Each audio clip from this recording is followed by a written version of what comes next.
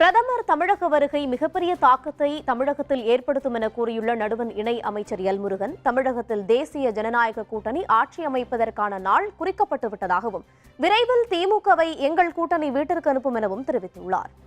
திரு நரேந்திர மோடிஜி அவர்கள் வருகிற 23ஆம் தேதி அன்றைக்கு தமிழகம் வர இருக்கிறாங்க. தேசிய ஜனநாயக கூட்டணியினுடைய ஒரு பிரம்மாண்டமான பொதுக்கூட்டத்தில் நம்மளுடைய மாண்புமிகு பிரதமர் திரு நரேந்திர மோடிஜி அவர்கள் அங்கு உரையாற்ற இருக்கிறாங்க. அதற்கான ஏற்பாடுகள், தயாரிப்புகள்லாம் பிரம்மாண்டமாக நடந்து கொண்டிருக்கிறது.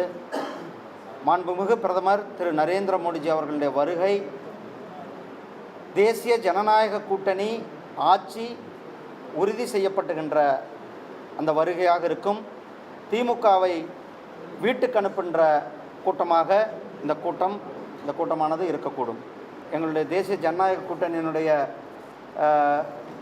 கட்சியினுடைய தலைவர் திரு அண்ணன் எடப்பாடி அவர்கள் இன்றைக்கு 5 வாக்குறுதிகளை தமிழக வாக்காளர்களுக்கு கொடுத்திருக்கிறார்கள். அதை நாங்கள் முழு மனதோடு நாங்கள் வரவேற்கின்றோம்.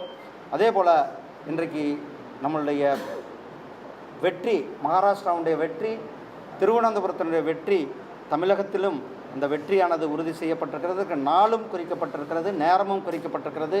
பிரதமருடைய வருகைக்காக நாம் அனைவரும் எதிர்பார்த்து கொண்டிருக்கிறோம். அதற்கான வேலைகளை தொடங்கி நாங்கள் எல்லாம் செய்து கொண்டிருக்கின்றோம்.